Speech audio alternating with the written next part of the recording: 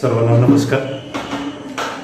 विद्यार्थी मित्र, chemical kinetics या टॉपिकमध्ये आपण इंट्रोडक्शनचा पार्ट थोडासा पाहिलेला आहे आणि त्यानंतर आपण रेट ऑफ रिॲक्शन पाहतो. मी सांगितलं की रेट ऑफ रिॲक्शन हा कसा रिप्रेझेंट केला जातो. Rate is equal to concentration upon time. जेव्हा एखादी रिॲक्शन प्रोसीड होते तेव्हा टाइम बरोबर रिॲक्टंट किंवा प्रॉडक्ट यांचं कॉन्सन्ट्रेशन चेंज होतं. याला आपण रेट ऑफ रिॲक्शन असं म्हणतो. Rate of change of concentration with time is called rate of reaction. आणि याची डायमेन्शन्स कॉन्सन्ट्रेशन अपॉन टाइम असे आहे. म्हणून आपल्याला रेटचं युनिट बघायला मिळतं. कॉन्सन्ट्रेशन याच्यासाठी आपण मोलॅरिटी एम वापरला, टाइम टी वापरला, तर मोलॅरिटी टाइम इनवर्स असं याचं युनिट आपल्याला दिसेल. मी हे सांगितलं होतं, आठवतंय का बघा, की रिॲक्शन सुरू झाल्यानंतर रिॲक्टंटचं कॉन्सन्ट्रेशन टाइम बरोबर डिक्रीज होतं, तर प्रॉडक्टचं कॉन्सन्ट्रेशन टाइम बरोबर इन्क्रीज झालेलं दिसतं. एखादी रिॲक्शन जनरली आपण अशी रिप्रेझेंट करत असतो. रिॲक्टंट्स इट यूज प्रॉडक्ट्स. रिॲक्टंट्स कंझ्युम होतात, वापरले जातात, त्यांचं कॉन्सन्ट्रेशन डिक्रीज होतं. त्याचबरोबर प्रॉडक्ट तयार होतात, फॉर्म होतात, याचं कॉन्सन्ट्रेशन टाइम बरोबर इन्क्रीज झालेलं दिसतं. हे आपल्याला जनरली माहित आहे. रिॲक्शनचे रेट आपल्याला दोन प्रकारे सांगता येतात.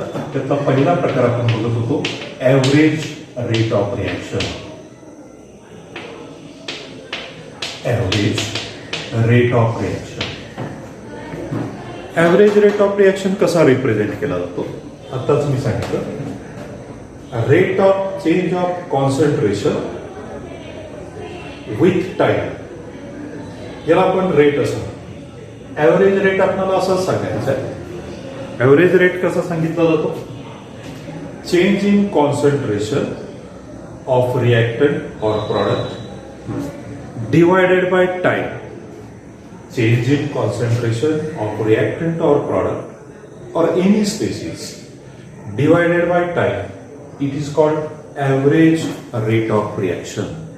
Average rate of reaction. आणि हा average rate कसा एक्सप्रेस केला जातो. It is given by delta C upon delta T, where delta C is change in concentration of any species and delta T is change in time or time span, or it is the time over which the rate of the reaction is measured. So it is expressed as delta C upon delta T. आताच मी सांगितलं की कोणत्याही reaction मध्ये reactant consume होतात आणि product form होतात. रिॲक्टंटचं concentration decrease होतं, तर प्रॉडक्टचं कॉन्सन्ट्रेशन इन्क्रीज झालेलं दिसतं. टाइम बरोबर आपल्याला रिॲक्टंटचं कॉन्सन्ट्रेशन डिक्रीज झालेलं दिसतं, प्रॉडक्टचं वाढलेलं दिसतं. आपण इथं असं म्हटलंय ऍव्हरेज रेटमध्ये रेट ऑफ किंवा it is the change in concentration of any species. Any species म्हणजे कोणती, तो रिॲक्टंट पण असू शकतो किंवा प्रॉडक्ट पण असू शकतो. दोन्हीचंही कॉन्सन्ट्रेशन याच्यामध्ये बदल होतोय, चेंज होतो. म्हणून change in concentration of any species divided by change in time, it is called average. Any species असं म्हटलं तर ते रिॲक्टंट किंवा प्रॉडक्ट येऊ शकतात. म्हणून पर्टिक्युलर स्पेसीज घेतली, रिॲक्टंटच्या बाबतीत आपण रेट सांगू शकतो किंवा प्रॉडक्टच्या बाबतीत आपण सेपरेट रेट सांगू शकतो. एनी स्पेसीज मध्ये दोन्ही स्पेसीज येतात, रिॲक्टंट आणि प्रॉडक्ट. मग दोन रिॲक्टंट किंवा प्रॉडक्ट यांच्या फॉर्ममध्ये आपल्याला हा ऍव्हरेज रेट कसा सांगता येईल? मी असं लिहितो, ऍव्हरेज रेट रिएक्टंटच्या बाबतीत, रिएक्टंट काय होतात? कंझ्युम होतात. ऍव्हरेज रेट ऑफ, मी असं म्हणतो, consumption of, average rate of consumption of reactant equal to minus delta reactant divided by delta T, minus delta reactant divided by delta T. समजा इथं reactant ए आहे आणि प्रॉडक्ट बी आहे, तर मला इथं काय द्यावं लागेल? Average rate of consumption of reactant A equal to minus delta A. Concentration मी स्क्वेअर ब्रॅकेट मध्ये लिहिलंय.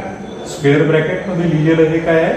एचं कॉन्सन्ट्रेशन आहे, ते टाइम टी बरोबर डिक्रीज होत आहे. डिक्रीज होत आहे म्हणून मी इथं minus sign. Concentration of reactant as it decreases, negative sign indicates decreasing concentration. रिएक्टंटच्या बाबतीत हा ऍव्हरेज रेट मी दिला, मला असाच लिहिता येईल. प्रॉडक्टच्या बाबतीत average rate, average rate of formation of, average rate of formation of product equal to product तयार होतात. कोणता प्रॉडक्ट तयार होतोय? बी हा प्रॉडक्ट तयार होतोय, त्याचं कॉन्सन्ट्रेशन इन्क्रीज होणार आहे म्हणून मी इथं पॉझिटिव्ह साईन लिहिलंय असं गृहीत करा. Delta concentration of B divided by delta T. It is the average rate in case of product B. आता मला टोटल या रिएक्शनचा रेट लिहायचा असेल तर मी कसा लिहू शकतो? तर असा, average rate of reaction, average rate of reaction equal to minus delta A upon delta T, which is equal to plus delta B divided by delta T. Plus sign दिलं नाही तरी चालेल. रिएक्टंटच्या कंझम्पशनच्या बाबतीत हा रेट, प्रॉडक्टच्या फॉर्मेशनच्या बाबतीत हा रेट आणि इनॉल रिएक्शनच्या बाबतीत ऍव्हरेज रेट आपल्याला या पद्धतीने लिहायचा. This is the average rate of reaction. आता हा ऍव्हरेज रेट बघा,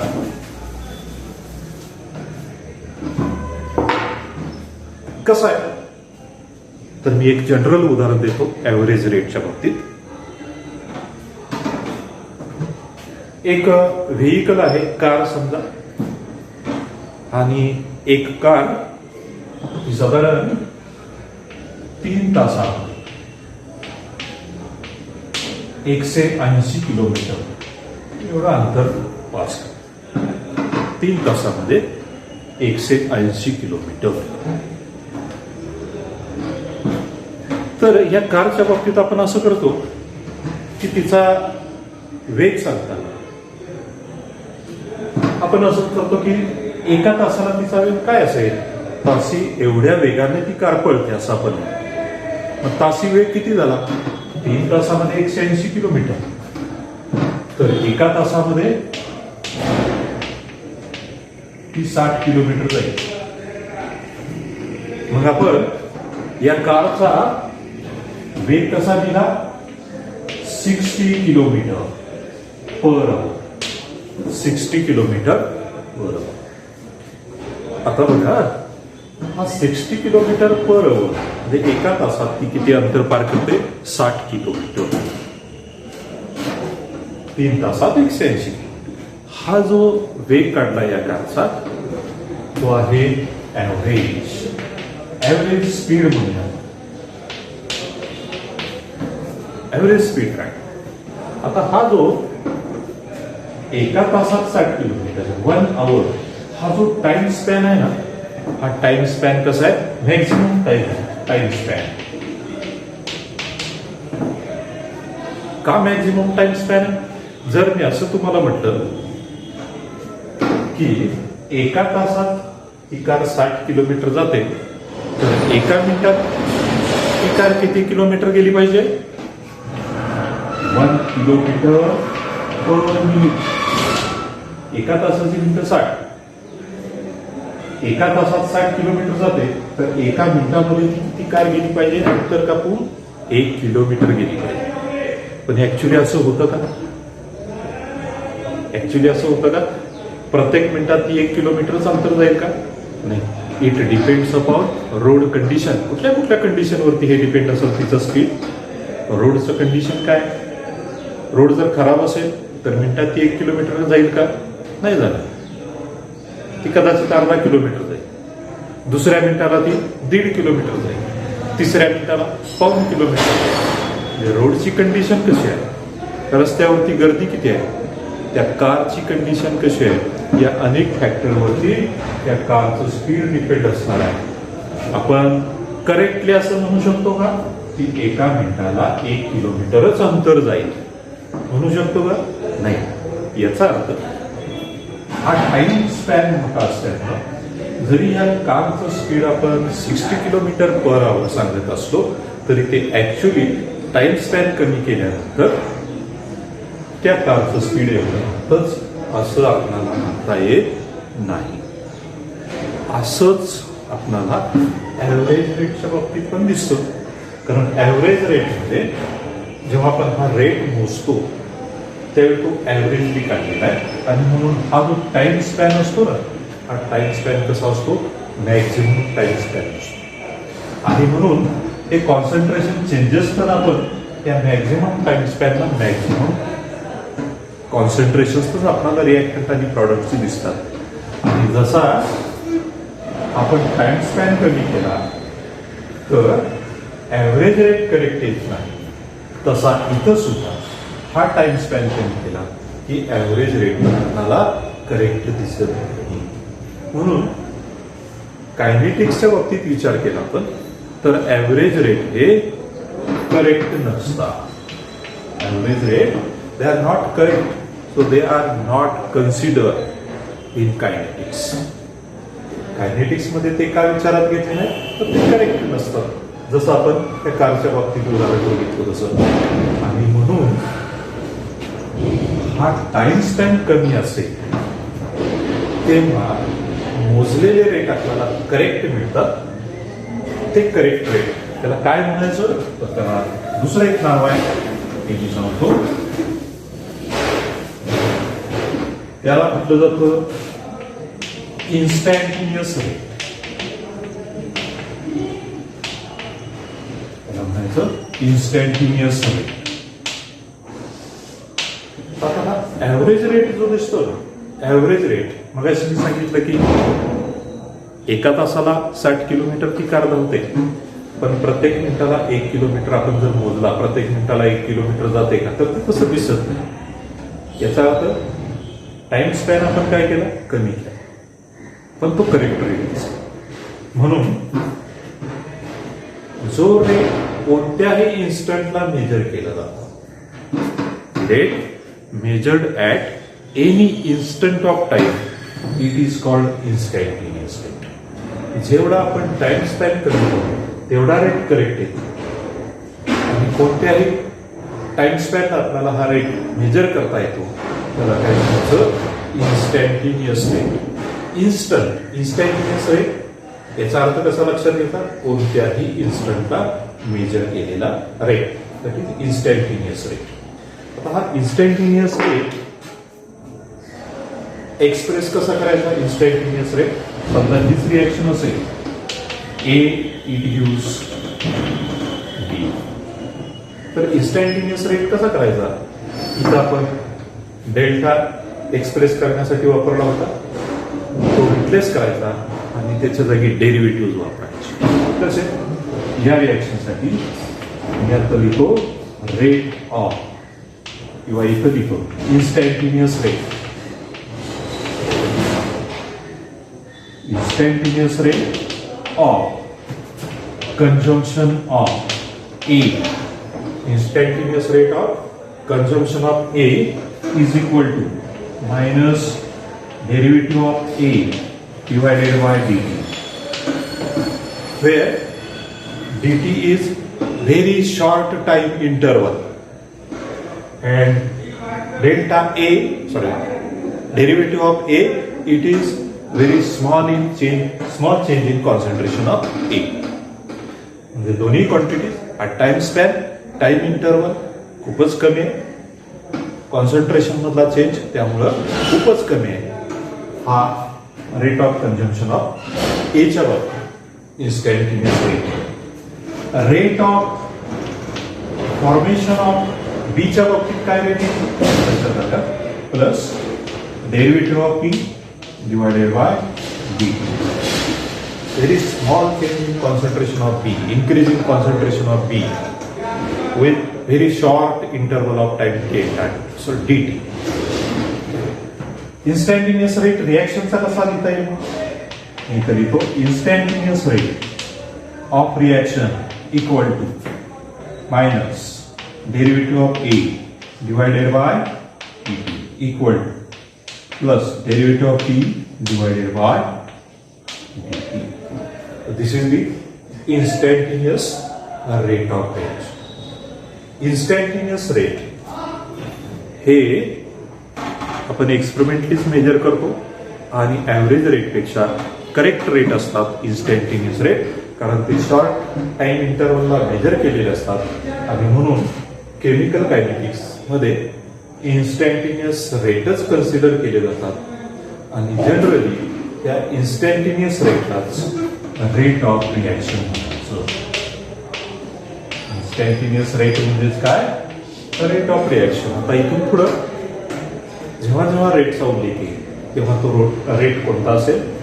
इन्स्टंटेनियस रेटच असेल आणि तिथं परत उल्लेख केला जाणार नाही इन्स्टंटेनियस रेट, नुसतं काय म्हटलं जाईल? Rate of reaction. आता इकडे लक्ष द्या, बघा मी काय सांगतो. इथं आता इन्स्टंटेनियस रेट किंवा ॲव्हरेज रेट लिहितात. मी हा रिॲक्टंट लिहा, याचा एक मोल कन्सिडर केला असं, एक मोल कन्सिडर केला तर बी चा एक मोल तयार होतो. 1 mole of A consume and forms 1 mole of बी. जेव्हा आपण अशा एखाद्या रिॲक्शन मध्ये एक एक मोल कन्सिडर करतो तेव्हा instantaneous rate of consumption of A it is equal to instantaneous rate of formation of B. म्हणजे ए च्या कन्झम्पशनचा रेट आणि बी च्या फॉर्मेशनचा रेट अशा वेळी इक्वल असतो. हे लक्षात ठेवायचं. केव्हा?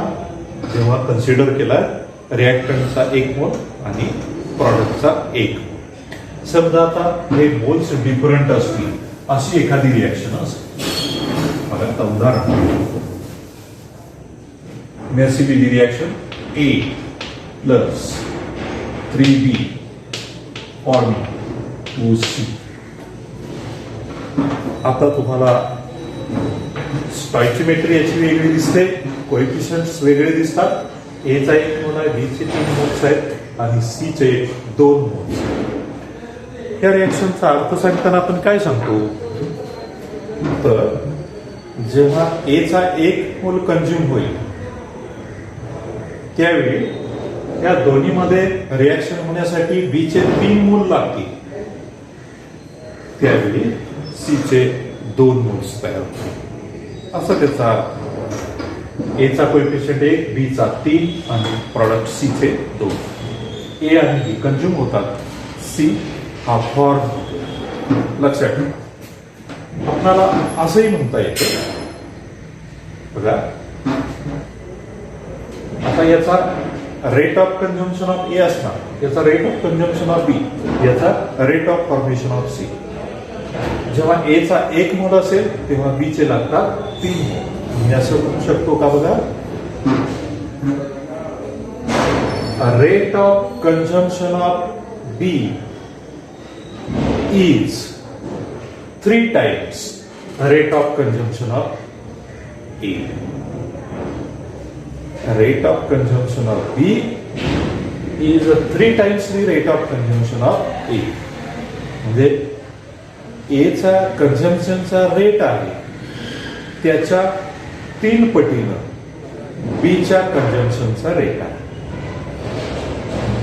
लक्षात आलं का बघा? Rate of consumption of B हा किती आहे? It is 3 times rate of consumption of A. 3 पटीनं जास्त असंही म्हणू शकतो. आणखीन बघा, rate of formation of C is 2 times rate of consumption of A. C हा फॉर्म होतोय म्हणून शब्द काय वापरायचा? Rate of formation of C किती पट याच्या आहे? याच्या 2 पटींना जास्त आहे. Rate of consumption of C is 2 times rate of consumption of A. मग मी हेच असं लिहू का आता बघा?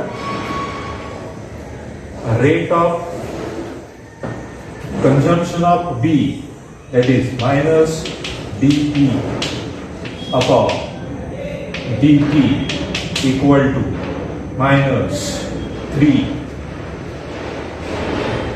dA divided by dT. Rate of consumption of B दिलाय हा. Rate of consumption of B हा कशाच्या 3 पट आहे? मायनसच आहे sign. Minus sign indicates rate of consumption. Rate of consumption of B is 3 times rate of consumption of A. किंवा याच्या बाबतीत लिहायचं झालं तर rate of formation of C plus sign form होतोय dC upon dt. Rate of formation of C is 2 times. कशाच्या 2 times आहे? याच्या 2 टाइम्स आहे. पण हा काय होतोय तर कंझ्युम होतोय minus sign. Rate of consumption of A च्या रेट ऑफ कंझम्पशन ए च्या 2 पट काय आहे? Rate of formation of C आहे असं मला लिहिता येईल. मग आता रेट रिॲक्शनचा लिहायचा झाला इन्स्टंटेनियस रेट तर मी कसा लिहिणार? इन्स्टंटेनियस रेट साठी फक्त मी रेट म्हणणार आहे. Rate of reaction. Rate of reaction म्हणजे काय? हा instantaneous rate of reaction. Rate of reaction is equal to minus आता असं याच्या बाबतीत लिहायचं झालं तर हा कंझ्युम होतो minus derivative of A upon dt equal to हा कंझ्युम होतोय minus 3 derivative of B divided by dt. याच्या बाबतीत लिहायचं झालं तर इक्वल टू प्लस 2 फॉर्म होतोय म्हणून plus sign derivative of C upon dt. कसा इन्स्टंटेनियस रेट लिहिला बघा. हा मी फक्त अर्थ सांगितलाय. हा रेट कसा लिहिला हा रेट? तर इथं मी असा एक विचार केलाय की rate of consumption of B is 3 times rate of consumption of A किंवा rate of formation of C is 2 times rate of consumption of A. याचाच अर्थ काय? इन्स्टंटेनियस रेट कसा लिहिता येईल? कंझम्पशनचा रेट कसा याचा? Minus derivative of A upon dt कारण हा कंझ्युम होतोय. याचा एकच मोल आहे, याचे 3 मोल आहे. मायनस याचे मोल्स कंझ्युम होतात तर किती? 3 minus 3 dB upon dt equal to याचे 2 मोल्स तयार होतात. रेट मला असा लिहिता आला. तो आहे instantaneous rate of reaction. Instantaneous rate of reaction. किंवा हा रेट असाही लिहू शकतो आपण.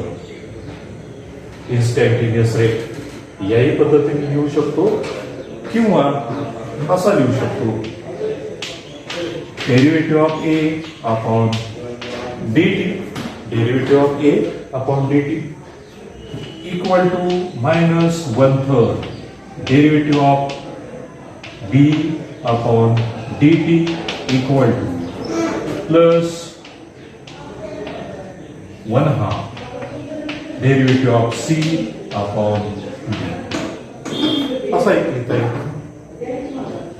रिॲक्शनचा इन्स्टंटेनियस रेट आपल्याला याही पद्धतीनं लिहिता येईल. म्हणून इन्स्टंटेनियस रेट काय तो लक्षात ठेवा. इन्स्टंटेनियस रेट हा कोणत्याही इन्स्टंटला मेजर करता येतो. कायनेटिक्स मध्ये तोच करेक्ट असतो म्हणून तोच कन्सिडर केला जातो. आणि जर होल्स डिफरंट असतील तर आपल्याला इन्स्टंटेनियस रेट लिहिताना कोएफिशियंट असे लिहिता येतील आणि इन्स्टंटेनियस रेट या पद्धतीनं लिहिता येईल. हा झाला इन्स्टंटेनियस रेट. आता हा इन्स्टंटेनियस रेट आपल्याला डिटरमाइन कसा करायचा आहे तो आपल्याला ग्राफिकली या पद्धतीनं डिटरमाइन करता येतो. त्याच्यासाठी आपण एखाद्या रिॲक्शन मध्ये प्रोग्रेस काय आहे रिॲक्शनचा हा प्रोग्रेस आपल्याला पाहावा लागेल. म्हणजे कॉन्सन्ट्रेशन टाइम बरोबर कशी चेंज होतात ते पाहावं लागेल आणि त्याचा ग्राफ काढावा लागेल. मी एक ग्राफ रिॲक्टरच्या बाबतीत ड्रॉ करतो. रिॲक्शन समजा अशीच रिॲक्शन ए गिव्स प्रॉडक्ट.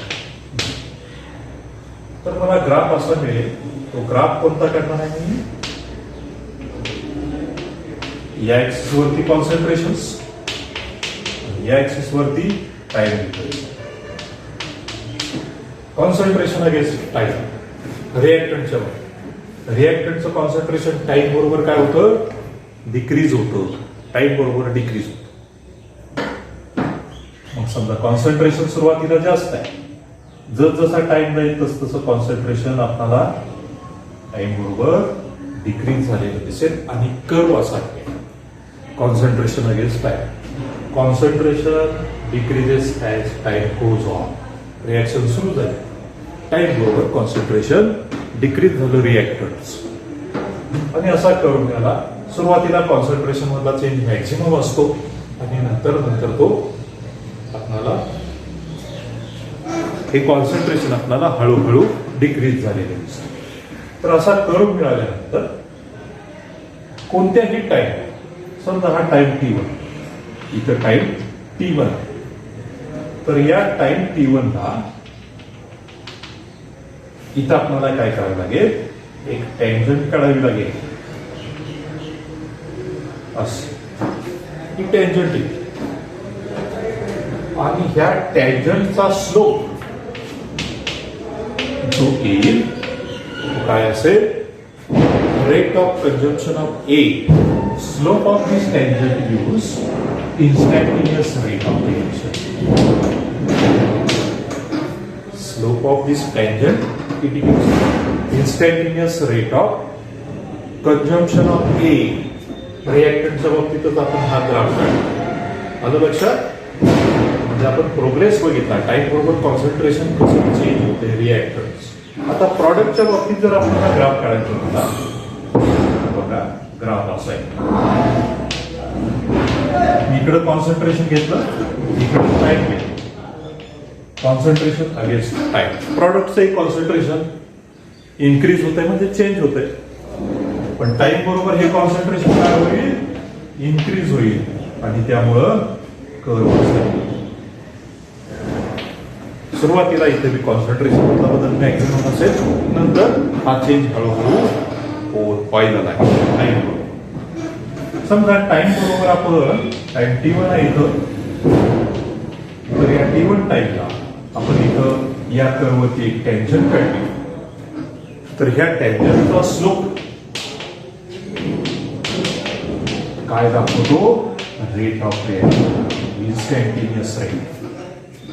म्हणजे ग्राफिकली आपल्याला इन्स्टंटेनियस रेट मोजायचा असेल तर तो रिॲक्टरच्या बाबतीत मोजू शकतो आणि प्रॉडक्टच्या बाबतीत करायचे काय फक्त वेगवेगळ्या टाइमला कॉन्सन्ट्रेशन मेजर करायची आणि कॉन्सन्ट्रेशन अगेन्स्ट टाइम असा ग्राफ काढायचा. ग्राफ काढला की ठराविक टाइमला समजा T1 असेल त्या पॉइंटला टँजंट काढायची त्या कर्ववरती, त्याचा स्लोप मेजर करायचा, कॅल्क्युलेट करायचा आणि तो स्लोप काय असेल, रिएक्शनचा रेट असेल.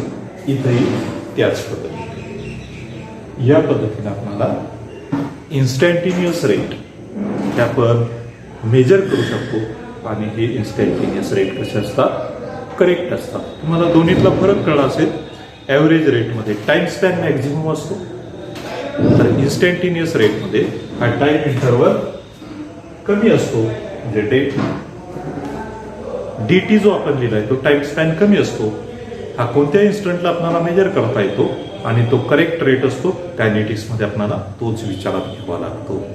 त्यालाच जनरली रेट ऑफ रिॲक्शन असं म्हणतात. आय थिंक तुम्हाला 2 प्रकारचे रेट कळाले असतील. रेट ऑफ रिॲक्शन तो डिटरमाइन कसा करायचा ग्राफिकली आत्ताच मी सांगितलं.